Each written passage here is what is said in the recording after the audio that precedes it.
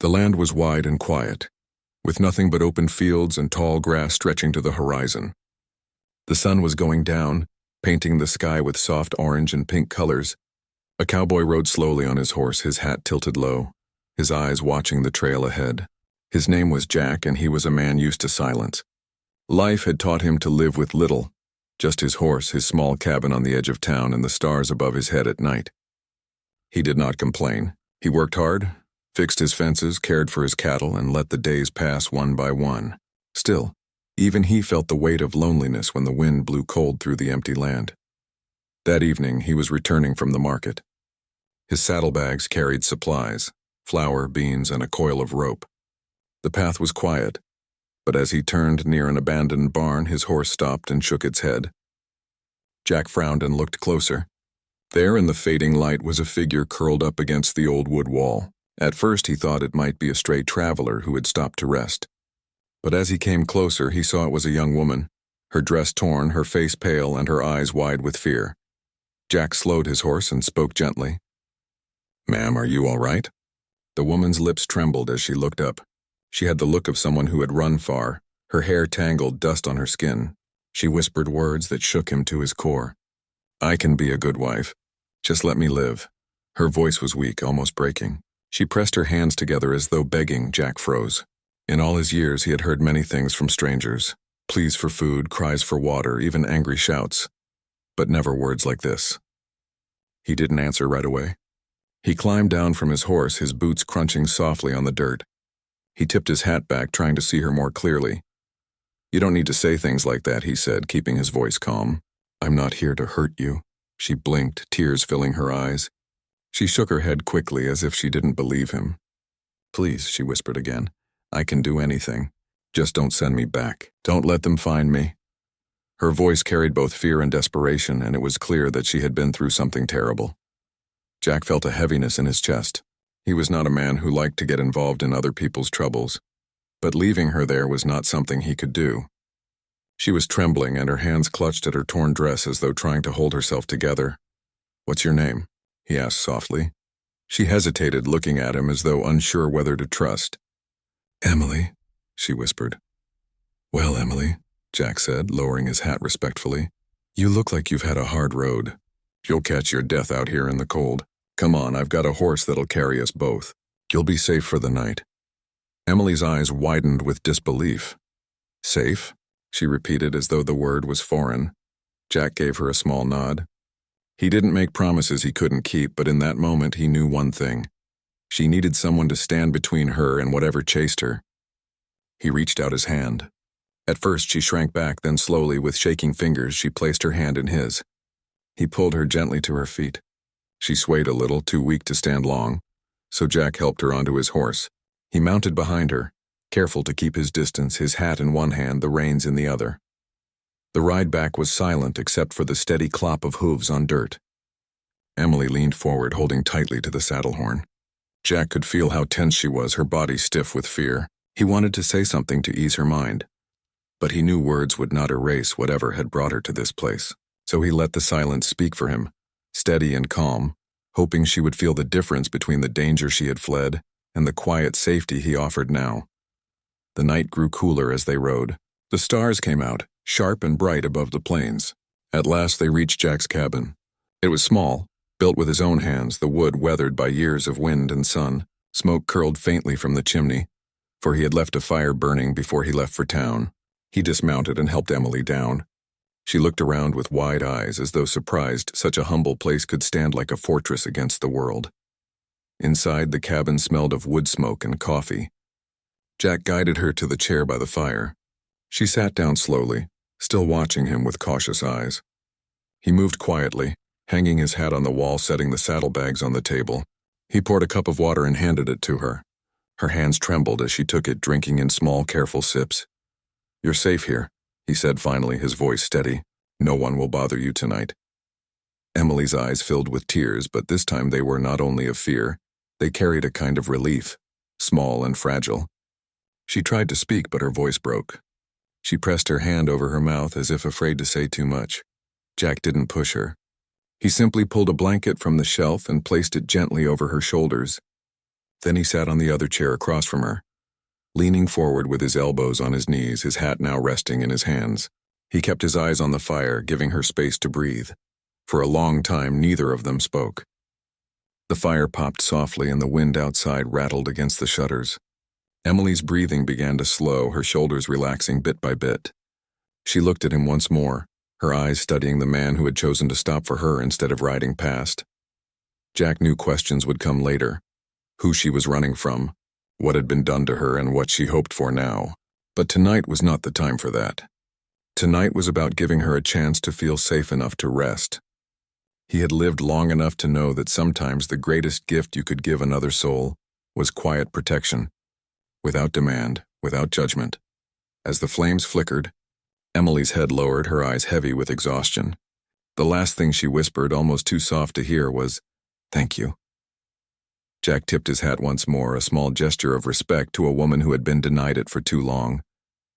He sat back, watching the fire, guarding the silence, and promising himself, without words, that as long as she was under his roof, she would not have to plead for her life again.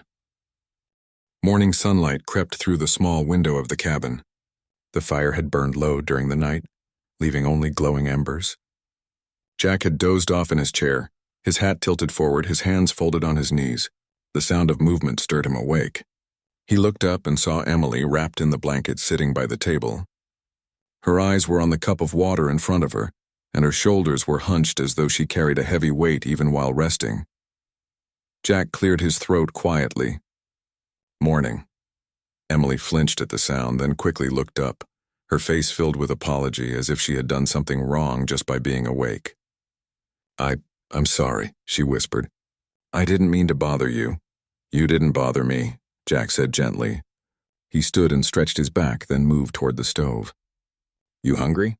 I've got beans, bread, and some coffee." She hesitated before nodding. Hunger showed in her eyes, though she looked too shy to admit it. Jack busied himself with the simple breakfast. He didn't ask her questions right away. He had learned from years of working with animals that sometimes silence made room for trust to grow. The smell of warm beans and bread soon filled the room. He poured her a tin cup of coffee, though he added more water to soften the taste. When he set the food in front of her, Emily whispered a small thank you. Her hands shook as she lifted the spoon, and Jack noticed how thin her wrists were. She ate slowly at first, then faster, as though afraid the food might vanish. Jack turned his eyes to the window, giving her space to eat without feeling watched. After a while, Emily set the spoon down and looked at him. Her lips pressed together as though she was weighing whether to speak. Jack met her eyes and nodded slightly, encouraging her without pushing. "I shouldn't be here," she said finally, her voice quiet. "If they find me, it'll bring you trouble." "You don't deserve that." Jack leaned back in his chair, folding his arms across his chest. "Well, ma'am, I reckon leaving you out on the dirt road would have brought you more trouble. Sometimes a man's got to do what's right no matter the cost." Tears shone in her eyes, but she quickly blinked them away. "I don't even know what right feels like anymore." Jack kept his voice steady. "Then maybe it's time you remembered." Emily lowered her head, her fingers gripping the edge of the table. She stayed quiet for a long moment, then she whispered, "My name is Emily Parker. I was married off young, not because I wanted it, but because my family thought it was best. They said the man could take care of me, but he wasn't a kind man. He treated me like property. His house was a cage. When I tried to speak, he told me my voice meant nothing. When I cried, he told me no one cared." Her words trembled, but she forced them out. Jack stayed silent, letting her speak at her own pace. "One night, I realized I couldn't breathe in that life anymore," she continued, her eyes staring at the table as though she could still see her past there. "So I ran. I didn't take money, I didn't take clothes, I just left. I thought I'd rather die on the road than die slowly in his house. That's why I said what I did when you found me. I didn't mean I wanted to be anyone's wife again. I just meant I was begging to stay alive." Jack's jaw tightened. He felt anger, not at her, but at the thought of anyone crushing another person's spirit that way. He took off his hat, turned it slowly in his hands, then set it on the table. "You don't owe me an explanation, Emily," he said firmly. "You don't have to trade yourself for safety. Not here." Emily lifted her eyes to him, searching for signs of doubt. When she found none, her lips trembled into the smallest hint of a smile. It wasn't joy. but it was a step toward relief. For the rest of the morning, she helped him with simple chores. She folded the blanket neatly, washed the tin cups, and swept the floor with quiet determination. Jack noticed the way she moved, careful, almost as if she thought one wrong move would bring punishment. But there was also strength there, hidden under the layers of fear. As the hours passed, she began to speak more. She told him about her love for the sound of music, how as a child she used to hum while she worked. She told him she once dreamed of teaching children to read, but her life had taken another path. Jack listened quietly, nodding now and then. He didn't judge, he didn't interrupt. When he went outside to tend to the horse, Emily followed. She stood by the fence, her hands resting on the worn wood, watching him work. For the first time since he met her, her face looked softer, her eyes a little calmer. "You live alone out here?"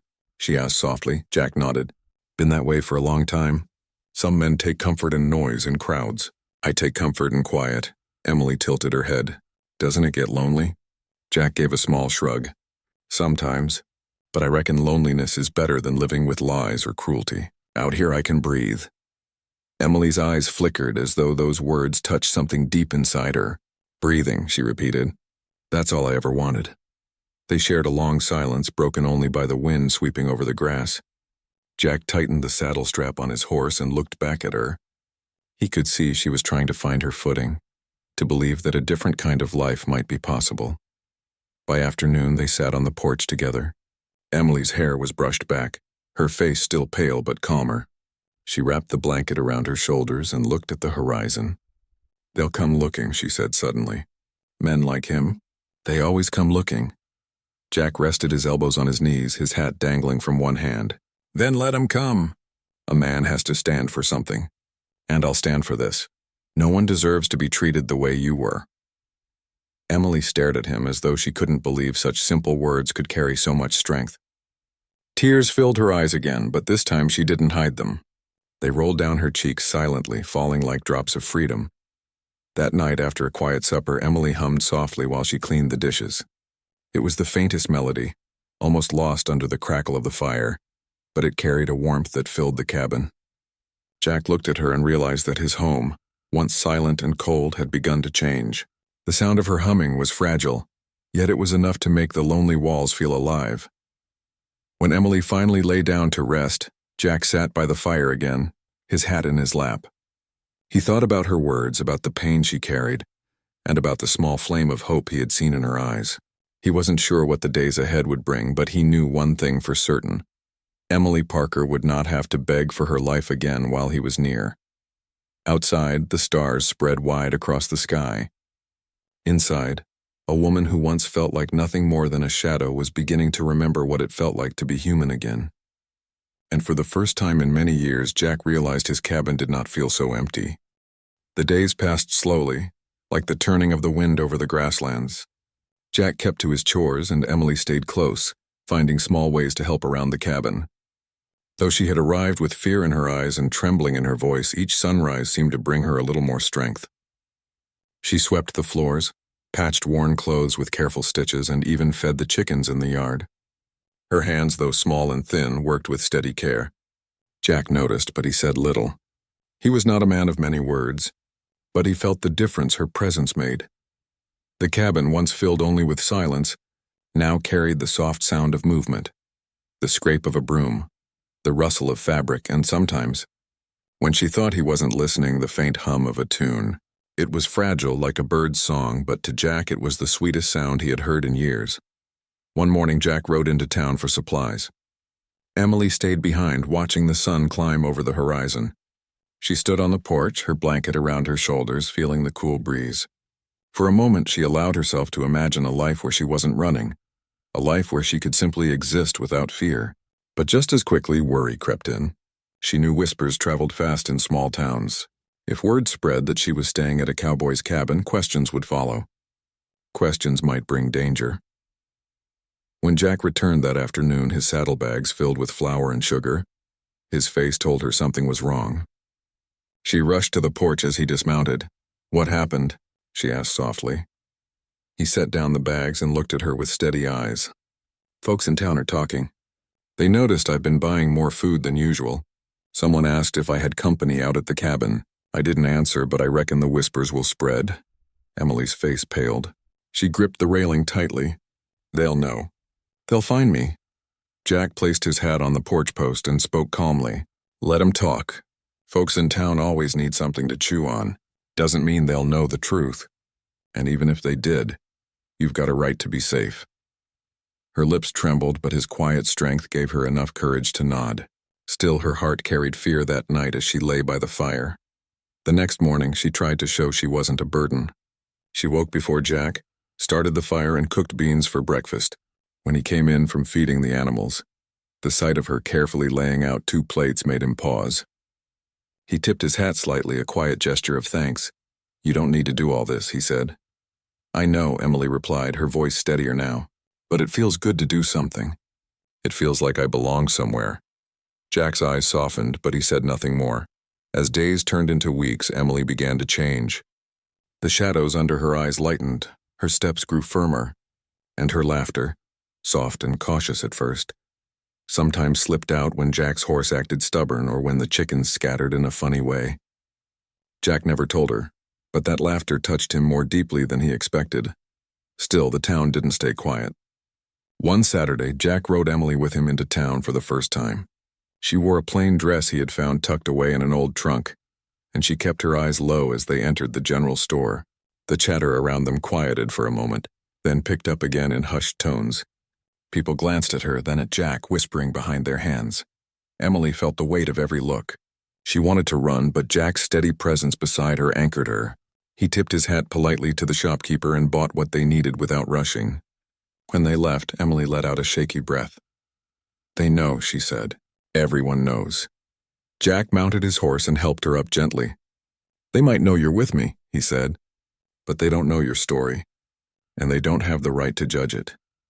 His words gave her comfort, but she still felt the sting of gossip. For years, she had been trapped in a world where her worth was judged by others. Now, though she was free from the cage, the eyes of strangers still made her feel small. Back at the cabin, she tried to push those thoughts aside by working harder. She planted small herbs by the porch, mended old curtains, and even baked bread with flour Jack had bought. When the warm smell filled the cabin, Jack smiled faintly and said, Smells like home. Emily lowered her eyes, hiding the small spark of pride that rose inside her. But peace never lasts long when shadows chase you. One late afternoon, while Emily was gathering wood near the barn, she heard voices carried by the wind. Men's voices, harsh and searching. Her blood ran cold. She dropped the sticks and ran inside, slamming the door behind her. Jack, who had been cleaning his rifle by the fire, looked up sharply. They're here, she gasped. I heard them. They're asking. Jack stood slowly, his expression calm but firm. He placed his rifle aside and walked to the window. Outside, 2 riders moved along the trail, their eyes scanning the land. They didn't come close enough to reach the cabin, but their presence sent fear slicing through the quiet air. Emily pressed her hands together, her body shaking. They'll take me back. They'll never stop. Jack turned to her, his jaw tight. He walked across the room, took off his hat and held it in his hands. His voice was steady as stone. Listen to me, Emily, you're not alone anymore. You don't need to beg for your life, not while I'm here. Her breath hitched, tears spilling from her eyes. She looked at him as though trying to believe his words.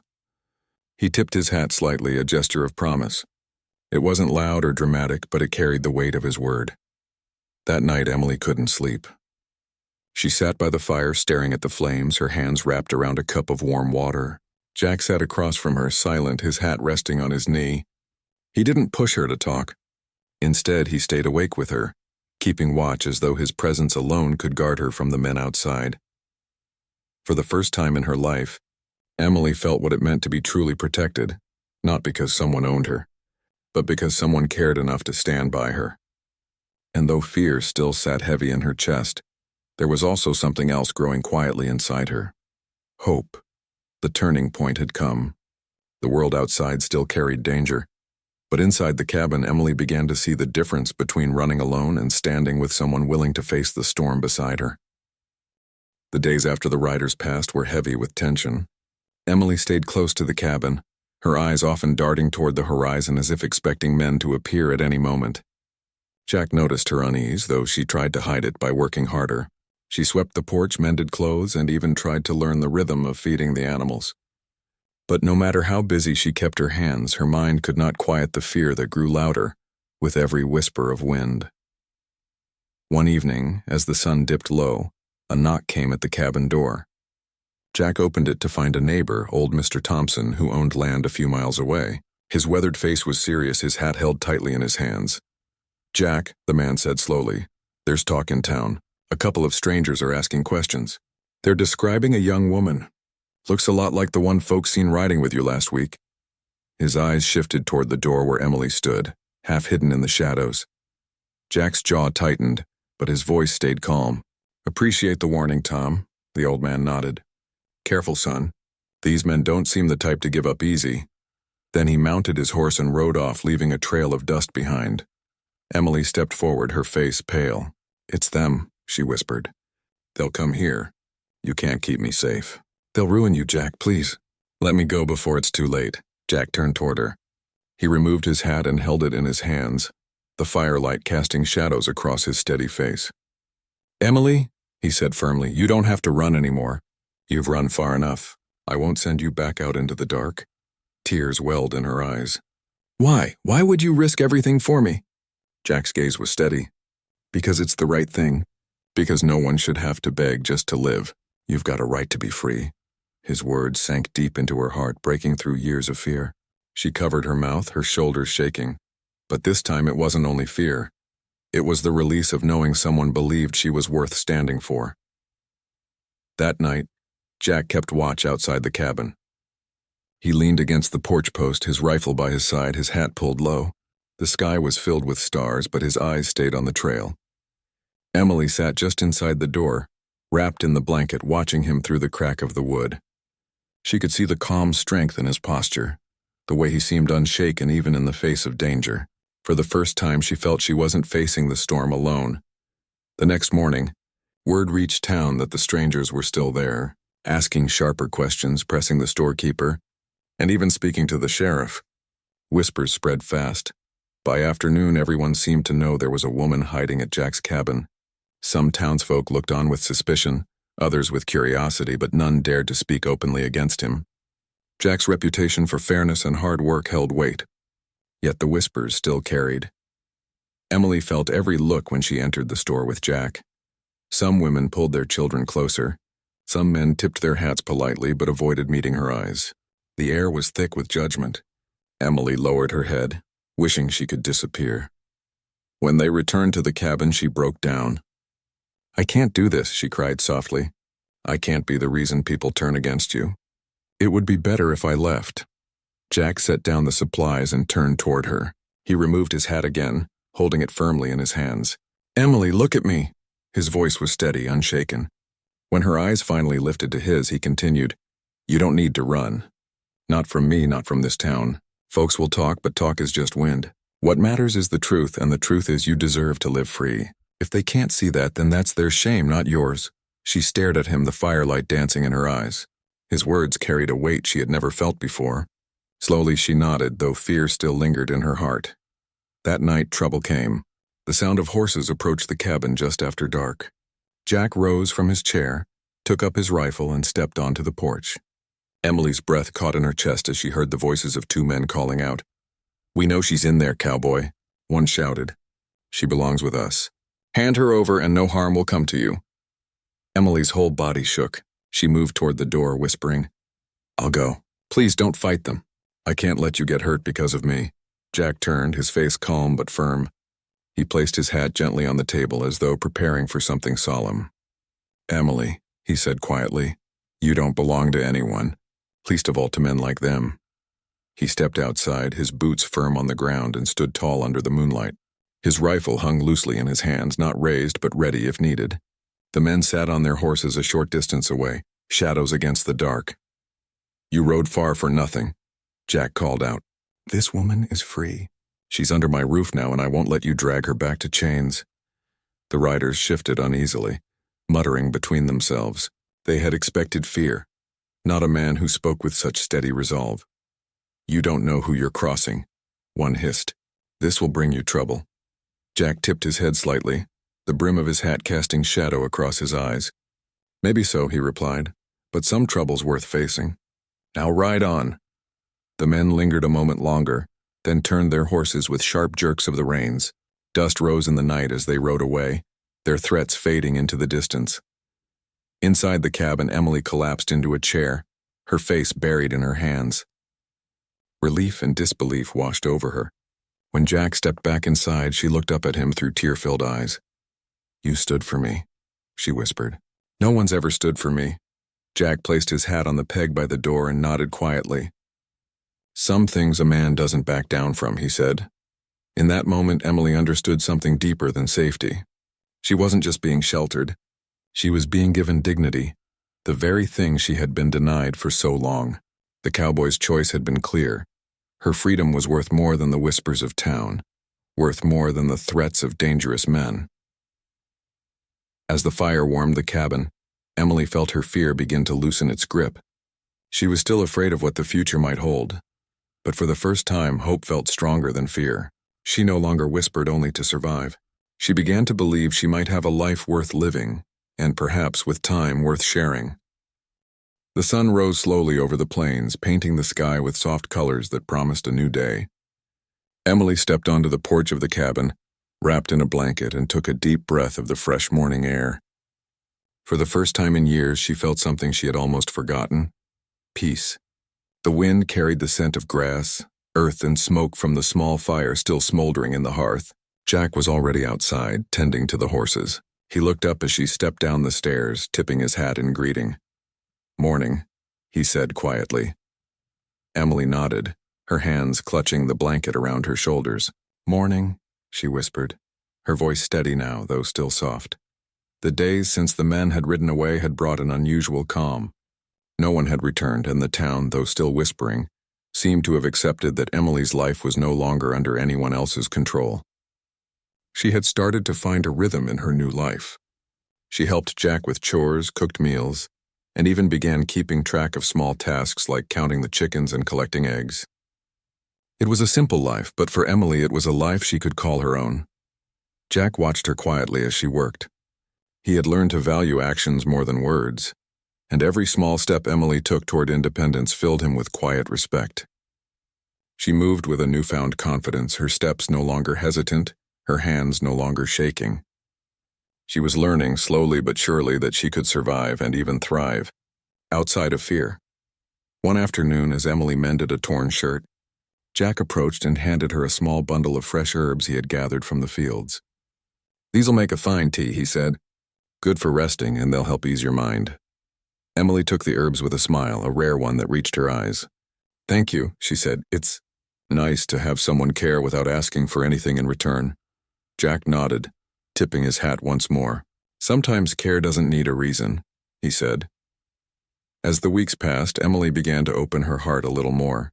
She told Jack about her dreams, the small hopes she had buried deep inside. She spoke of wanting to learn to read better, to help children, and to create a life that was truly hers. Jack listened patiently, never interrupting, never judging.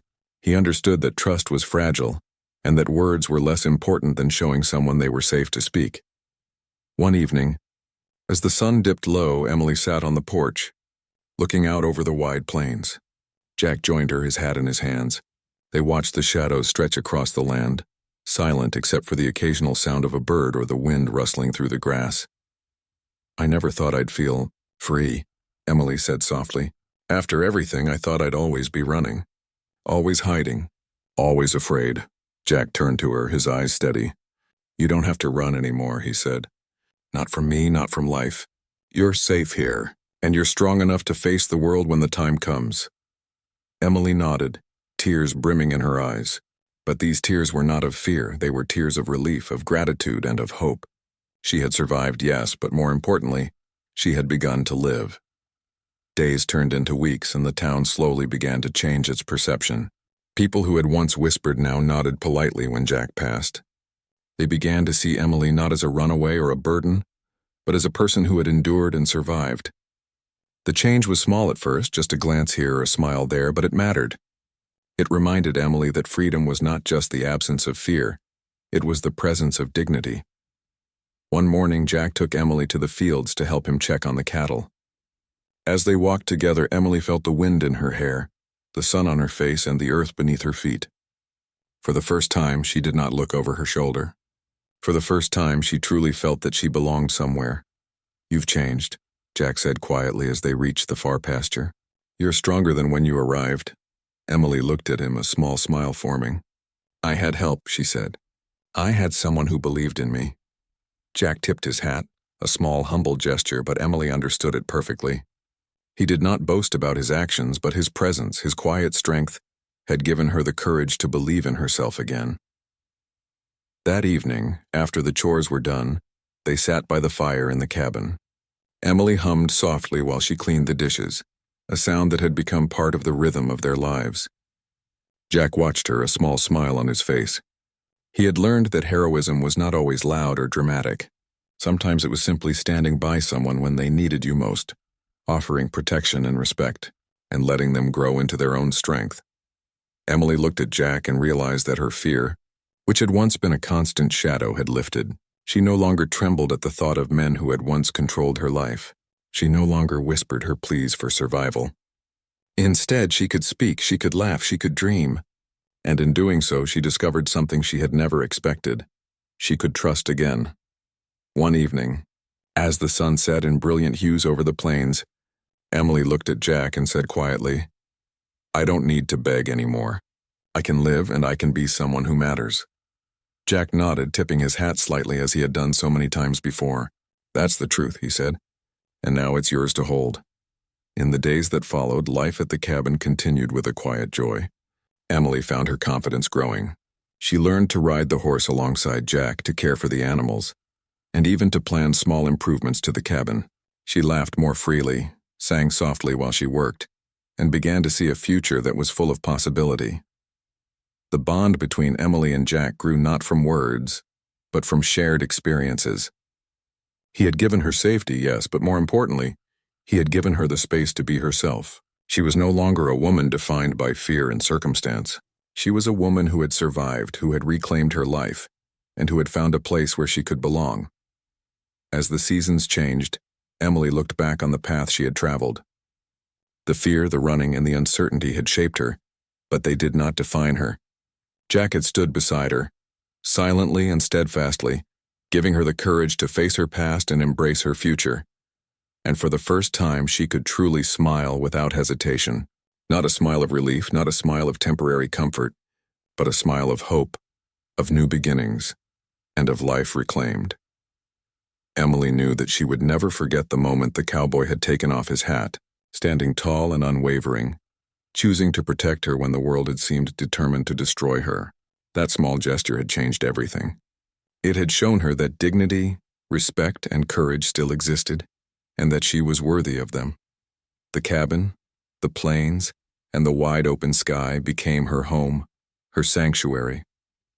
And under that sky, with Jack beside her, Emily finally understood what it meant to live freely, without fear and with the quiet, steadfast strength that only true trust and safety can bring. For the first time in her life, Emily Parker did not plead. She lived.